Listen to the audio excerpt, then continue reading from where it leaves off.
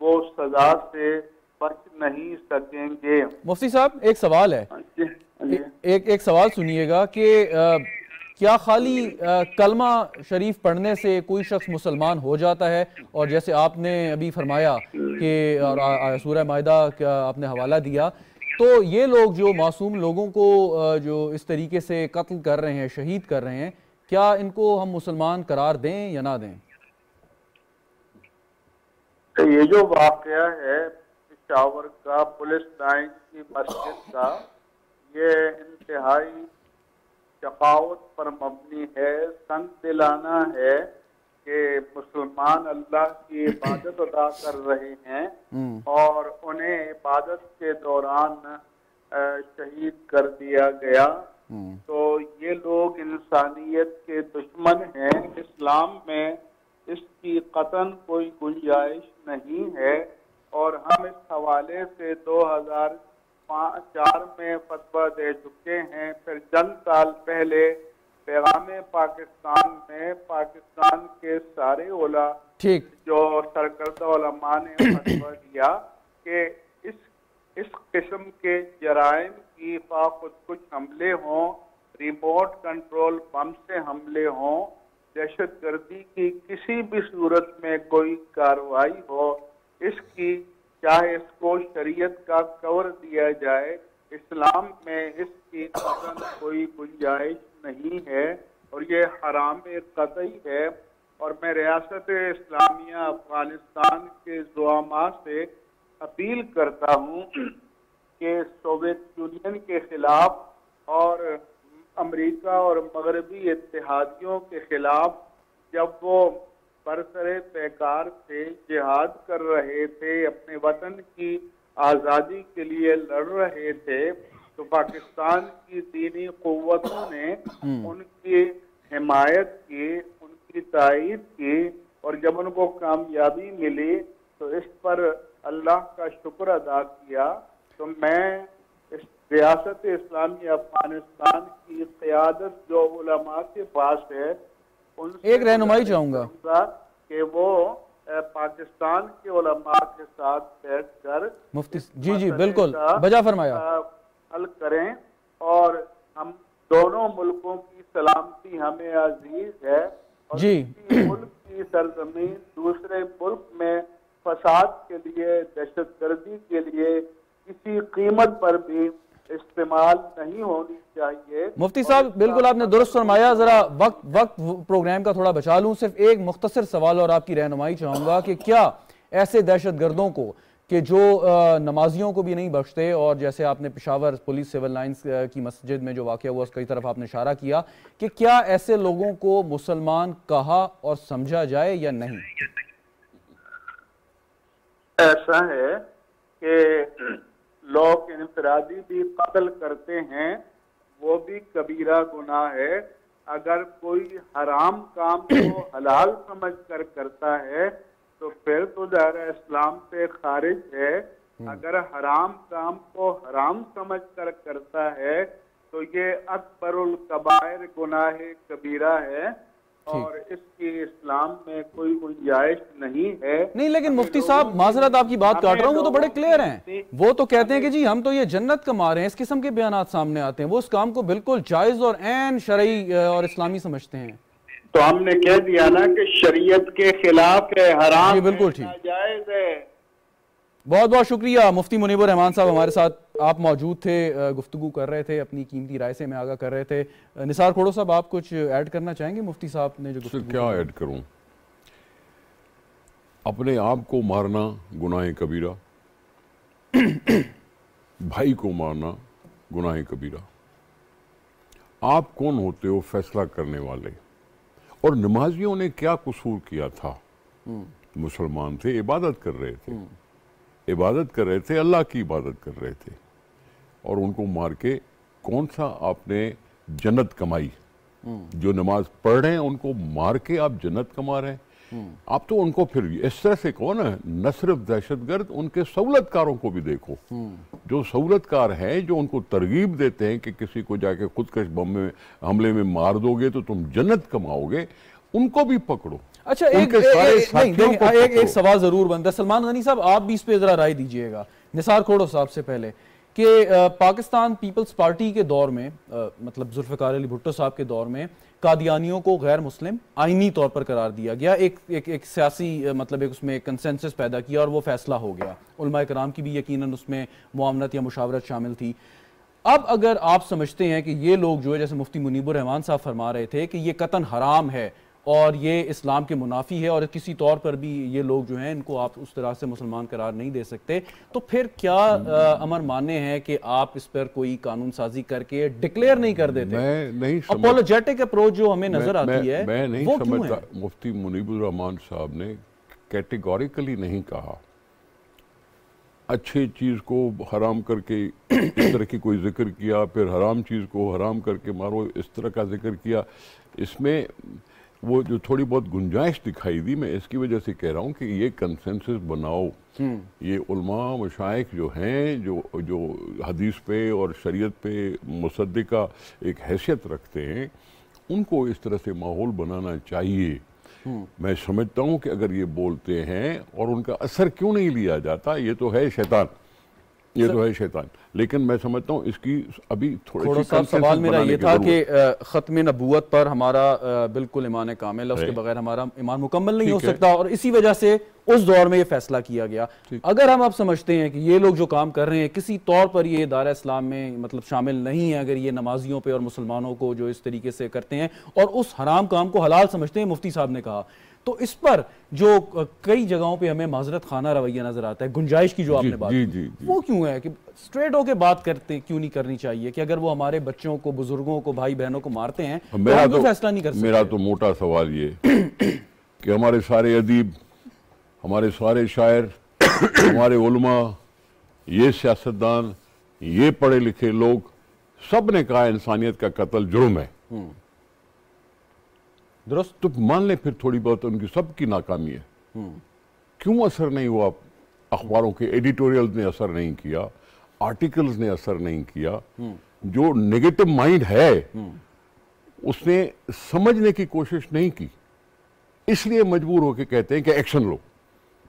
Action سے ہی صدر سکتے ہیں, ویسے نہیں صدر سکتے. بالکل ٹھیک. سلمان غنی صاحب, یہ جو بات ابھی ہو رہی تھی کہ, اور میں نے مفتی صاحب سے بات بھی کی کہ آپ سے بہتر اسلام کی تشریح کون کرتا ہے, مطلب ان سے مراد یہ تھا کہ ان کے کیلیبر کے جو پاکستان میں علماء کرام ہے, چاہے کسی بھی مکاتب فکر سے ان کا تعلق ہو, تو یہ جو دہشت گرد ہیں اپنے جسموں پہ بم باندھ کے جاتے ہیں, اور یقیناً اب جو 9 تاریخ کو میٹنگ ہے وہ بہت سی چیزوں پر اس پہ ڈسکشن ہوگی, یہ ہمارے جو علماء کرام ہیں جو دین کو سمجھتے ہیں ان کی باتوں کا اثر کیوں نہیں لیتے؟ کوئی ایک ایسا شخص جو ان کو یہ سمجھا دیتا ہے کہ یہ خود کش حملہ جو آپ کرنے جا رہے ہیں یہ دین اسلام کی خدمت ہے, ان کی بات مانتے ہیں, جو مستند علماء کرام ہیں ان کی بات وہ نہیں سمجھ سکتے, یہ کیا وجہ ہے, یہ ایسا کیوں ہوتا ہے؟ دیکھیں, شہزاد مفتی منیب الرحمان صاحب کا ایک اپنا انداز ہے, اور میں سمجھتا ہوں کہ اس معاملے میں بہت زیادہ کلیئر ہونا چاہیے, یکسو ہونا چاہیے اور سنجیدہ ہونا چاہیے. یہ دہشت گردی کرنے والوں کے مقاصد کیا ہے؟ پہلی بات تو یہ ہے کہ اسلام جو ہے وہ امن کا, محبت کا, بھائی چارے کا مذہب ہے, اور اسلام کو جنگ و جدل سے نہیں پھیلا تھا. حضور اکرم صلی اللہ علیہ وسلم نے اپنی ذات کو ایک نمونہ کے طور پہ پیش کیا تھا, اور وہ تو اقلیتوں کے حقوق کا تحفظ بھی یقینی بناتے تھے. دیکھیں شہزاد, یہ ایک بڑی تلخ تاریخ ہے دہشت گردی کے حوالے سے. یہ دہشت گردی کی جنگ ہماری نہیں تھی. ہم جب حکومت کی جگہ ریاست کا لفظ استعمال کرتے ہیں نا, تو ماضی کے اندر ہمارے ڈکٹیٹرز نے اپنے ذاتی مفادات کے لیے ٹیلی فون کالز پہ یہ جنگ پاکستان سے مسلط کی ہے. ہمیں ماننا چاہیے, ہمیں درست بات کرنی چاہیے, اور اس دہشت گردی کی جنگ میں سب سے زیادہ نقصان ہمیں پہنچایا ہے. ہمارا کوئی 1.5 کھرب ڈالر کا نقصان ہوا ہے, ہمارے کوئی 60-70 لاکھ لوگ شہید ہوئے ہیں, اور اب بھی جو اے پی سی ہونے جا رہی ہے. لیکن میں سمجھتا ہوں کہ ہمیں پاکستان کے لوگوں کے اندر جان پیدا کرنی چاہیے, ان کے اندر شعور پیدا کرنا چاہیے کہ آخر کیا وجہ ہے کہ جب دہشت گردی کی جنگ کو ہم یہ سمجھتے ہیں کہ پاکستان کو غیر مستحکم کرنے کے لیے, تو پھر کسی ایک پارٹی یا ایک لیڈرشپ کو یہ استحکام کیسے دیا جا سکتا ہے کہ وہ ایک علیحدہ کھڑا نظر آئے اور وہ پاکستان کے اندر مقبولیت کا دعوے دار بھی ہو. دیکھیں, بات یہ ہے کہ یہ سلسلہ آج سے شروع نہیں ہے. ہمیں اس مائنڈ سیٹ کو شہزاد ایکسپوز کرنا چاہیے کہ آخر کیا وجہ ہے کہ ہر جگہ پہ میں نہ مانوں کی رٹ. وہ پاکستان کے پرائم منسٹر بھی ہوتے ہیں, وہ کسی کے ساتھ بیٹھنے کے لیے تیار نہیں ہے. یہ پاکستان کے اندر کون سی جمہوریت متعارف کروا رہا ہے؟ یہ کس طرح کا سیاسی طرز عمل ہے؟ وہ پرائم منسٹر ہوتے ہیں. اچھا, یہ سلمان غنی صاحب آپ یہ سوال تو رکھ دیتے ہیں کون سی جمہوریت یہ متعارف کرا رہے ہیں, میں چاہوں گا کہ آپ جواب بھی دے دیں یہ کون سی جمہوریت ہے. میں آپ کو جواب دیتا ہوں نا, میں آپ کو جواب دیتا ہوں, اب آپ جواب سنیں گے کہ یہ جمہوریت نہیں تھی, اس شخص کو پاکستان پہ مسلط کیا گیا تھا. اگر آپ کہیں گے میں آپ کو یہ بھی ساری بات کھول کے رکھ دوں گا کس نے مسلط کیا تھا, کیوں کر مسلط کیا تھا. اوکے سلمان صاحب, میں 1 منٹ آپ کو روکنا چاہوں گا, معذرت, آپ کی بات یہیں سے ہم شروع کریں گے. سلمان غنی صاحب یہیں سے شروع کریں گے. کامران ٹسوری صاحب گورنر سندھ اس وقت ہمارے ساتھ موجود ہیں اور اتفاق سے ترکیہ میں وہ اس وقت ہیں, اور یقیناً ہم جاننا چاہیں گے کہ وہاں کا حال کیا ہے اور انہوں نے ابھی تک کیا بات کی ہے. بہت بہت شکریہ کامران ٹسوری صاحب. آواز آ رہی ہے آپ کو میری؟ جی مجھے آ رہی ہے آواز. بڑا ثانیہ ہوا ہے جی یہاں آج صبح ترکیہ کی 5 شہروں کے اندر 7.9 کی شدت اشاریہ سے زلزلہ آیا اور کئی سو عمارتیں جو ہے وہ زمین ہو چکی ہیں. ابھی تک اندازہ لگانا بڑا مشکل ہو رہا ہے یہاں کی انتظامیہ کے لیے بھی کہ جو اموات ہیں وہ کتنی ہیں, کیونکہ جو ابھی تک باڈیز ریکور ہوئی ہیں وہ 1600 سے قریب بتایا جا رہا ہے, لیکن کئی ایسے ابھی تک انہوں نے اس کو ڈسکور نہیں کیا جو عمارتیں زمیندوز ہو چکی ہیں کہ وہاں کتنی اموات ہیں. یہاں بڑا افسردہ ماحول ہے. پاکستان کی طرف سے کل پہلا جہاز یہاں ریلیف کا کچھ سامان لے کے اور ایکسپرٹ کے ساتھ پہنچ رہا ہے. میری یہاں ایمبیسڈر بنکرا میں ہیں, ان سے بھی بات چیت ہوئی ہے. کل میں خود جن علاقوں میں یہ ہوا ہے یہاں کے کانسلیٹ کے ساتھ وہاں جا رہا ہوں, اور جو کچھ ہم کر سکتے ہیں, کیونکہ ترکیہ پاکستان کا وہ دوست ہے جو ہمیشہ پاکستان کے ہر قدرتی آفات ہو یا پاکستان کے فائنینشیل ایشوز ہوں اس میں ہمیشہ ہمارے ساتھ کھڑا رہا ہے. تو ہم بھی اس موقع پہ ترکیہ کے ساتھ کھڑے ہیں. جی بالکل کامران صاحب, یہ آپ مطلب پاکستان کے شاید پہلے وہ ہائی پروفائل آفیشل ہیں جو اس وقت ترکیہ میں موجود ہیں. آپ کی ترکی حکام سے یقیناً کوئی بات ہوئی ہوگی یا انہوں نے بتایا ہوگا کہ اس وقت کس قسم کی انہیں دوست ممالک سے مدد کی ضرورت ہے؟ جی میری یہاں کے جو حکام ہیں ان سے بات چیت ہوئی ہے. یہاں کے گورنر سے بھی بات ہوئی ہے, یہاں کے میئر سے, اور جو ان کے منسٹر ہیں ان سے بھی میری بات ہوئی ہے. اس وقت تو وہ ظاہر ہے ان کو بہت سب سے زیادہ جو ضرورت ہے وہ ان ایکسپرٹس کی ہے جو اس ریلیف میں ان کا ساتھ دے سکیں, جہاں سے جو عمارتیں زمیندوز ہوئی ہیں وہاں سے ریکور ہو چکے کر سکیں باڈیز کی, اور اندازہ لگایا جا سکے کہ ان کا جو نقصان ہے اموات صورت میں وہ کتنا ہے. تو پہلا تو ان کو سب سے زیادہ ایکسپرٹ کی ضرورت ہے, اور ظاہر ہے اس کے بعد ہزاروں لوگ جو ہیں بے گھر ہو چکے ہیں, لاکھوں بلکہ میں سمجھتا ہوں. تو اس کے لیے جو ریلیف کے اندر چیزیں ہوتی ہیں ٹینٹ وغیرہ اور اس طرح کی چیزوں کی ضرورت ان کے اس وقت ہے ان کو.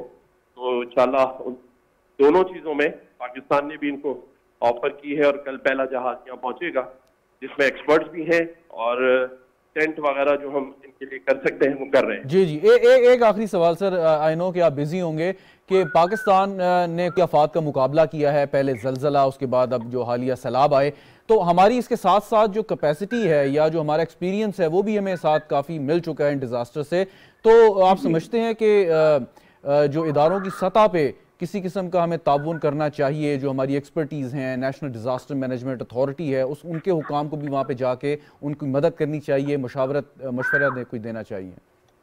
جی بالکل ایسا ہی ہے. اسی صورت میں کل 20 رکنی ایک ٹیم جو ہے وہ یہاں پہنچ رہی ہے ایکسپرٹس کی, اور اس کے بعد بھی جو ہم ان کے ساتھ ان حالات کے اندر ان کی سپورٹ کر سکتے ہیں وہ جاری رکھیں گے, اخلاقی طور پہ بھی اور جو مالی طور پہ بھی.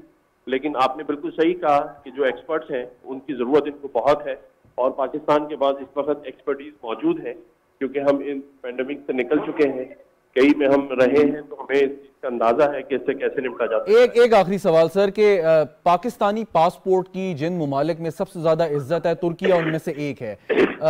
پاکستانی عوام کے لیے کیا آپ کا پیغام ہوگا کہ مدد تو اپنی جگہ پہ, لیکن ہمیں کس قسم کا اس وقت جسچر دینا چاہیے کہ ترکیہ کی عوام کو لگے کہ ہم ان کے ساتھ شانہ بشانہ کھڑے ہیں؟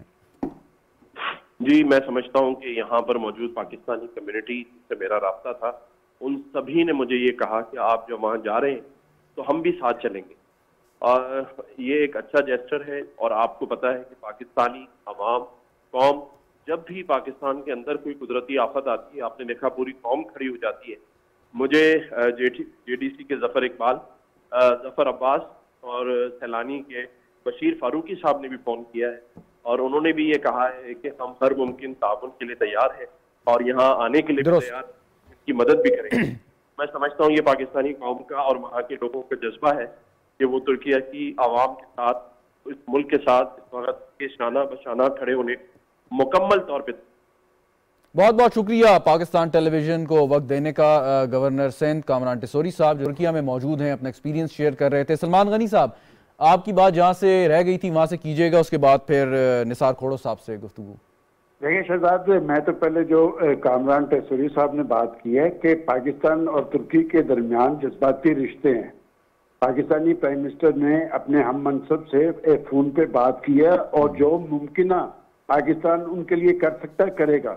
دیکھیں کل اس وقت پرائم منسٹر صاحب میری رہائش گاہ پہ آئے تھے اور میں جانتا ہوں کہ ان کے جذبات ترکی کے حوالے سے کیا ہے. بتائیے، بردوان کا میرے ساتھ ایک اسٹوڈنٹ بیٹھے تھے، ان سے پوچھتے رہے کہ وہاں پر ان کے کیا چانسز ہے، اور ترکی نے بھی ہر مشکل وقت کے اندر پاکستان کا ساتھ دیا ہے. دیکھیں یہ جو محبت اور نفرت ہوتی ہے نا شہزاد، یہ دو طرفہ تعلق ہوتا ہے. یہ ہو نہیں سکتا کہ ایک ملک یا ایک فرد دوسرے سے محبت کر رہا ہو، دوسرا نفرت کر رہا ہو. اور میرے خیال پاکستان جو ممکنہ کر سکے گا ضرور کرے گا.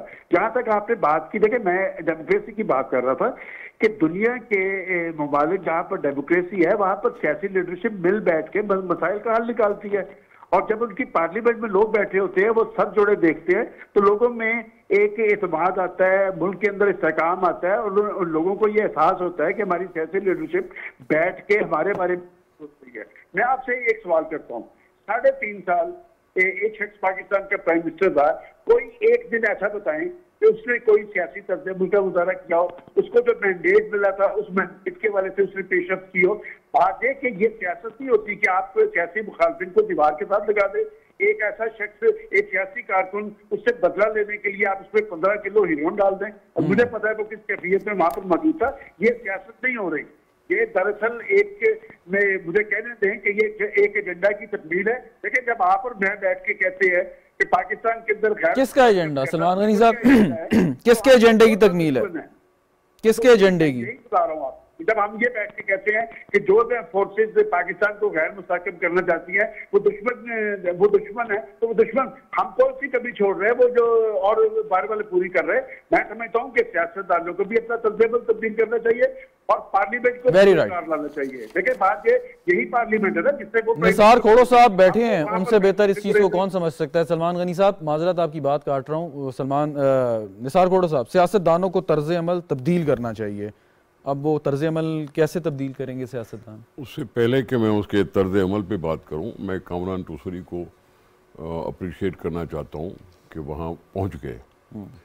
ترکی ہمارا پتہ نہیں کتنے سالوں کا دوست ہے، اور جب بھی کوئی حکومت کا چینج ہوتی ہے نہیں ہوتی، ترکی کا دورہ ضرور کیا جاتا ہے کہ وہاں جا کے اپنے دوستانہ تعلقات کو مینٹین کریں. درست. عوام کو چاہیے سپورٹ کے لیے ہمیں ہر طرح سے آگے بڑھنا چاہیے. ہاں پتہ ہے کہ معاشی حالات کیا ہیں ہمارے، لیکن یہ بات نہیں ہے. ہمارا پرانا اصول ہے کہ پہلے بھائی مہمانوں کو کھلاؤ پھر اپنے آپ کھاؤ. اگر اس طرح کی بات ہے تو پھر ترکی کے لیے، لیبنان کے لیے، سیریا کے لیے، ہمیں تینوں ملکوں کے لیے کچھ بڑھ کے کچھ کام کرنا چاہیے، اور ان کے ساتھ ہماری دلی ہمدردی ہے، ہم ان کے دکھ میں برابر کے شریک ہیں. رہی بات آپ کی دوسری طرز عمل سے کوئی اگر سیکھتا نہیں ہے تو میں کیا کروں اس کو؟ پھر عوام اس کو رد کریں، اس کو وہ دن دکھا دیں کہ بھائی تم پسند نہیں ہو. اس کی تھوڑی سی جھلک ہمیں ضرور نظر آئی ہے کراچی میں. وہ جھلک کیا کہ جو کہتے تھے کہ جی ہم تو پاگل ہیں، ہم تو عمران خان کے اوپر سر صدقہ دیے کے بیٹھے ہیں، وہ گھروں سے نہیں نکلے، ووٹ انہوں نے نہیں دیا، اور تحریک انصاف کو نمبر 3 پہ آنے پر مجبور ہونا پڑا. یہ ایک انڈیکیشن ہے کہ اس بیداری کی جو عوام میں اثر رکھ رہی ہے، پذیرائی پا رہی ہے. اور اس کے باوجود بھی اگر کوئی انسان سمجھے نہ تو پھر اس کو حوالے کر دینا چاہیے کہ جو اس کا نصیب. ہمیں اپنے دیکھیں پیپلز پارٹی نے میں اپنے چیئرمین بلاول بھٹو صاحب کی بات ضرور کرتا ہوں کہ جب میں نے ان سے کہا کہ جی چارٹر آف اکانومی پہ کچھ آگے بڑھیں, انہوں نے کہا ٹھیک ہے ہم بڑھیں, لیکن اس سے بہتر ہے کہ ہم code of conduct between the political parties کریں. Code of conduct political parties کا, اس میں لیڈرز بھی آ جاتے ہیں تو ورکر بھی آ جاتے ہیں تو سب آتے ہیں. یہ کوئی خد و خال بنانا چاہیے کہ جی ہم اس طرح تک کریں گے. ریاست پہ جہاں بھی آئے وہاں اپنے ذاتی مرض کو, ذاتی غرض کو اگر آپ سائڈ پہ رکھیں گے تو ملک چل پڑے گا. لیکن اگر ریاست پہ نقصان ہو اور پھر لگے رہو آپ اپنے, there is a difference between a politician and a statesman. Statesman بننے کی ضرورت ہے جب ہم اپنی کسی مشکلات میں پھنسے ہوئے تو اسٹیٹسمین بنو جو سب کے لیے اچھا رہے. ایک سوال یہ, عمران خان صاحب یا تحریک انصاف نے اعلان کیا ہے کہ جی ہم جیل بھرو تحریک چلانا چاہتے ہیں. کیا ہوا؟ جیل بھرو تحریک, یعنی کہ وہ گرفتاریاں دیں گے والنٹیرلی اریسٹ جو ہوتے ہیں, اور وہ اس سے مجبور کریں گے کہ حالات اس قسم کے ہوں کہ حکومت ان کی بات ماننے پہ مجبور. بھائی ایک وشفل تھنکنگ تھی جیل بھرو تحریک. جیل بھرو تحریک تھی MRD کی, اس کے بعد نہیں بنی. MRD میں بہت ساری پارٹیاں تھیں, ٹھیک ہے, ضیاء اللہ کا زمانہ تھا, اس کے خلاف تھے. MRD نے اپنا سیاسی طور پر ایک مقام رکھتی ہے MRD کی وہ موومنٹ جس میں قتل و غارت ہوئے, سب کچھ ہوا, یہ کچھ ہوا. تو جیل بھرو تحریک ابھی تو ان کی پارٹی کے اندر تھوڑا سا گڑبڑ ہے کہ جی ابھی سردیاں ہیں, ابھی نہ شروع کریں, لے جائیں گے تو کون لے جائے گا. ابھی ان کی وشفل تھنکنگ ہے جی ہم اعلان تھوڑی کیا ہے, ابھی ایک خواہش دکھائی ہے, تو اس پر جوابی حملہ بھی یہ بھی آ جاتی ہے کہ بھائی آپ اپنی ضمانتیں تو ذرا منسوخ کراؤ, پھر آپ جیل بھرو, جہاں سے بھرو. کون پہلے جاتا ہے؟ MRD میں بھی یہی ہوتا تھا نا کہ جی پہلے لیڈر جاتا تھا, پھر ہم ورکر جاتے تھے. تو پھر یہ سوال تو نکلتے ہیں, جیل بھرو تحریک کس چیز کے لیے ہے, کون سی چیز ہے؟ الیکشن تو ہو رہے ہیں اس سال, الیکشن تو ہو رہے ہیں, چلو اسمبلی آپ نے ڈیزالو کر دی, 90 دن کے اندر ہوگا, لیکن 4 مہینے کے بعد تو اسمبلی کا ویسے ہی ٹرم پورا ہو رہا ہے. درست. تو 4 مہینے کے بعد اگر ٹرم پورا ہو رہا ہے تو پھر الیکشن تو ہو رہے ہیں. کس نے انکار کیا کہ الیکشن نہیں ہو رہے؟ صحیح. تو پھر یہ کیا بات ہے کہ جی ہم جیل بھرو تحریک کس مقصد کے لیے؟ مقصد کیا ہے؟ اس سے معیشت ٹھیک ہو جائے گی, اس سے پاکستان انٹرنیشنلی ٹاپ پہ آ جائے گا. آپ نے خود ہی تعلقات بگاڑے, آپ نے خود ہی. ٹرکی کی بات کر رہے ہیں, جب وہ ایک کانفرنس بلائی گئی تھی ملیشیا نے, ٹرکی نے, اور مل جل کر KL سمٹ, آپ نے ان کو ہاں کہہ کے اور پھر نہیں گئے. بالکل. پھر کیا بات ہے کہ ہم بیٹھ کے اس کی تعریف کریں؟ کیا مسئلہ ہے ہمیں کہ ہم بالکل ٹائم ضائع کریں اس کے اوپر؟ آپ ان کی تعریف کریں, لیکن انفارچونیٹلی اگر صورتحال ہے, اور بیسیکلی سیاستدانوں ہی نے مطلب لوگوں کو مجبور کیا ہے کہ وہ یہ سوال اٹھائیں کہ اگر ہم مانگی نہیں ہوتی, لیکن آپ نے بڑا کلیئر کہا کہ اگر وہ نہیں آنا چاہتے تو نہ آئیں. آپ لوگ آگے کیوں نہیں بڑھتے؟ اگر چارٹر آف اکانومی کی بات تھی, پیپلز پارٹی اور پاکستان مسلم لیگ نواز 2 بڑی سیاسی جماعتیں ہیں, حکومت کر چکی ہیں, ابھی بھی آپ لوگوں کی حکومت ہے, تو اب تک تو میثاق معیشت آپ لوگوں کے مابین ہو جانا چاہیے تھا. تحریک انصاف آئے یا نہ آئے؟ بھائی مابین کی بات نہیں ہے, یہ charter of economy for the state ہے. آف کورس ہم اس پر یکجا ایک خد و خال بنائیں گے, اس طرح سے کوئی بلٹ پوائنٹس بنائیں گے کہ کیا کیا ہونا چاہیے. جی بالکل. ملک کے لیے لانگ ٹرم پالیسیز کیا ہونی چاہیے کہ جس سے ملک کی ترقی اور زیادہ آسان ہو جائے. سر وہ کیوں نہیں بن پائے ابھی تک؟ ٹھیک ہے, اس پہ ہو سکتا ہے کام ہو رہا ہو, اس پہ ضرورت ہے کام کرنے کی. میں صرف یہ کہہ رہا ہوں, میں سمجھتا ہوں ڈیولپمنٹ اورینٹڈ ہونا چاہیے. ہمیں ڈیولپمنٹ اورینٹڈ سے ملازمتیں بھی نکل آئیں گی, ہمارا ملک بھی بہتر ہو جائے گا. ہماری کنسنٹریشن اس ڈیولپمنٹ سیکٹر پر کرنی چاہیے, اور اس میں عوام کے لیے سہولتیں پیدا کرو. اس کے فنڈنگ موجود نہیں ہے تو یہ الگ ایشو ہے. ٹھیک. سلمان غنی صاحب, یہ جو بات نثار کھوڑو صاحب کر رہے تھے اور بڑی کلیئرٹی کے ساتھ انہوں نے بات کی، اور یہ سوال میں اکثر پوچھتا بھی ہوں، آپ سے بھی پوچھ لیتا ہوں کہ چارٹر آف اکانومی ہو، نیشنل ایکشن پلان پر عمل درآمد ہو، ملک کے دیگر مسائل ہوں، دہشت گردی سے نمٹنے کی بات ہو، تو اس پہ اگر پاکستان تحریک انصاف عمران خان صاحب کی، اس کو جو بھی آپ نام دیں، انا کا نام دیں، اس کی وجہ ضد کا نام دیں، اس کی وجہ سے نہیں آنا چاہتی، تو پھر باقی جو جماعتیں ہیں ان کو تو یہ فیصلہ کر لینا چاہیے، آگے بڑھ جانا چاہیے، فریم ورک دے دینا چاہیے، تحریک انصاف چاہے شامل ہو یا نہ ہو، وقت کیوں ضائع کر رہے ہیں انتظار کر کے؟ دیکھیں شہزاد، وقت کبھی ایک ساتھ نہیں رہتا، وقت میں تو آگے بڑھنا ہوتا ہے، اور میں سمجھتا ہوں کہ بنیادی فیصلے کرنے چاہیے، اس کے لیے پارلیمنٹ کو بروئے کار لانا چاہیے۔ اور ایک بات وہ جو آپ جیل برو تحریک کی بات کر رہے تھے، تو نثار کھوڑو صاحب نے اے آر ڈی کی تحریک کا تو حوالہ دیا، لیکن 1977 میں بھی ایسے ہوا کہ لوگوں نے جیلوں میں گئے ہیں، اور بات ہے کہ ہم بھی عمران خان صاحب کی تاریخ جانتے ہیں۔ میں تو وہ جرنلسٹ ہوں جنہوں نے ان کی جو پہلی پریس کانفرنس تھی جس میں انہوں نے پارٹی بنائی تھی، میں اس میں بھی شامل تھا۔ میرا خیال وہ پاکستان کے اندر ایک ہنگامی اور احجاجی کیفیت طاری کرنا چاہتے ہیں۔ اس سے پہلے انہوں نے کون سا ایسا ایکٹ نہیں کیا جس کی وجہ سے پاکستان کے اندر انتشار اور خلفشار پیدا نہ ہو۔ لیکن ایک بات میں ضرور کہوں گا، ہمیں سیاسی کارکن بڑے عزیز ہیں، اس لیے کہ سیاست صحافت کے ساتھ منسلک ہوتی ہے۔ ہم نہیں چاہتے کہ پاکستان کے اندر سیاست کمزور ہو۔ کیا انہوں نے قومی اسمبلی چھوڑ کے اپنا فائدہ کیا یا نقصان کیا؟ کیا انہوں نے پنجاب اسمبلی اور پختونخوا توڑ کے اپنا فائدہ کیا یا نقصان کیا؟ بالکل۔ اب وہ اسی اسمبلی کے لیے بڑے چلے جا رہے ہیں۔ تو بات یہ کہ میں بار بار ایک بات کہہ رہا ہوں کہ سیاسی طرز عمل اختیار کرنا چاہیے۔ سیاسی طرز عمل اختیار کر کے ہی ملک کے اندر استحکام آ سکتا ہے، لوگوں کی زندگیوں میں اطمینان آ سکتا ہے، اور پاکستان کی خاطر ایک ایک قدم پیچھے اٹھا لیں۔ دیکھیں، ایک بڑا مشکل صورتحال سے ہم دو چار ہے۔ اگر پاکستان کی سیاسی لیڈرشپ اپنے سیاسی مفادات کو چھوڑ کر ایک قدم پیچھے رکھ کے پاکستان کو ایک قدم آگے رکھ لے گی تو پاکستان بھی آگے جائے گا، پاکستان کے اندر سیاسی اور اقتصادی استحکام بھی قائم ہوگا اور ملک بھی چل پڑے گا۔ لیکن پھر بڑا سوال یہ ہے کہ آخر کیا وجہ ہے کہ آپ ایک دوسرے کو ہضم کرنے کے لیے تیار نہیں؟ اس سے سیاست بھی کمزور ہو رہی ہے اور جمہوریت بھی کمزور ہو رہی ہے۔ بات تو صرف ایک انڈیویجول کی اور ایک سیاسی جماعت کی ہے نا، اب سب کو جنرلائز تو ہم شاید نہ کر سکیں۔ ایک مختصر سوال، وقت تھوڑا کم ہے سلمان غنی صاحب، اب یہ جو ملٹی پارٹی کانفرنس، یہ سوال سن لیجیے گا۔ ماضی کے اندر پیپلز پارٹی اور مسلم لیگ نون کہاں تک ایک دوسرے کے خلاف گئے، لیکن پھر ایسے بہرحال آتے تھے کہ وہ مل کے بیٹھتے تھے۔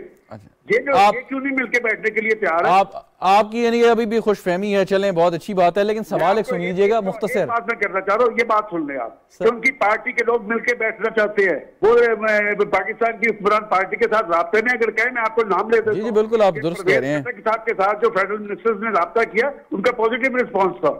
اچھا، لیکن وہ پازیٹیو رسپانس جب عمران خان صاحب کا عنصر اس میں شامل ہو جاتا ہے، وہ کیا پازیٹیو سے نیگیٹو ہو جاتا ہے؟ ڈکٹیٹرشپ کس کو کہتے ہیں؟ پھر ہم ڈکٹیٹرشپ کو کیوں برا کہتے ہیں؟ اچھا، یعنی کہ عمران خان صاحب ایک سویلین ڈکٹیٹر ہیں، آپ یہ کہہ رہے ہیں؟ جی بالکل۔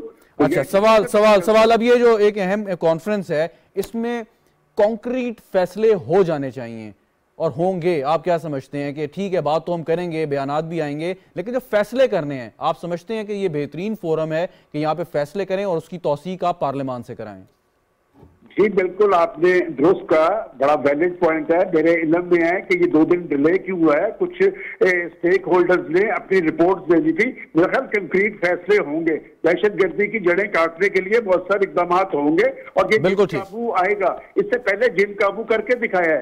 لیکن آخر کیا وجہ ہے کہ دہشت گردی دوبارہ کیوں شروع ہوئی؟ کس نے دہشت گردوں کو آنے کی اجازت دی؟ اس پر انشاءاللہ دوبارا آپ کو زحمت دیں گے کہ کس نے شروع کی۔ بہت بہت شکریہ آپ کا سلمان غنی صاحب ہمارے ساتھ موجود تھے، سینیٹر نثار کھوڑو صاحب آپ کا بھی بہت بہت شکریہ۔ ناظرین نے سنی all multi party conference, all parties conference, یہ 9 تاریخ کو ہونے جا رہی ہے، بہت اہم فیصلے اس میں متوقع ہیں، اور جیسے نثار کھوڑو صاحب بات کر رہے تھے کہ پارلیمان ایک بہترین فورم ہے کہ جہاں سے ان تمام فیصلوں کی آپ توثیق کر سکتے ہیں، اور اس کے پیچھے عوام کی قوت ہے، اور جو جذبہ ہم نے ثانیہ IPS کے بعد دکھایا تھا اور عوام پیچھے تھے، اور جو بھی ہم نے بعد میں آپریشن کیے دہشت گردوں کے خلاف، اس کی کامیابی کی وجہ یہی تھی کہ اس میں ایک عوامی سپورٹ شامل تھی۔ تو وہی جذبہ آج ہمیں درکار ہے کہ دہشت گردی جو پھر ایک دفعہ ہمارے لیے خطرہ بنتی جا رہی ہے، اس کو ابھی ہم اسی سٹیج پر ہم کچل دیں اور کچلنے میں کامیاب ہو جائیں۔ پروگرام دیکھنے کا شکریہ، اجازت دیجیے، خدا حافظ۔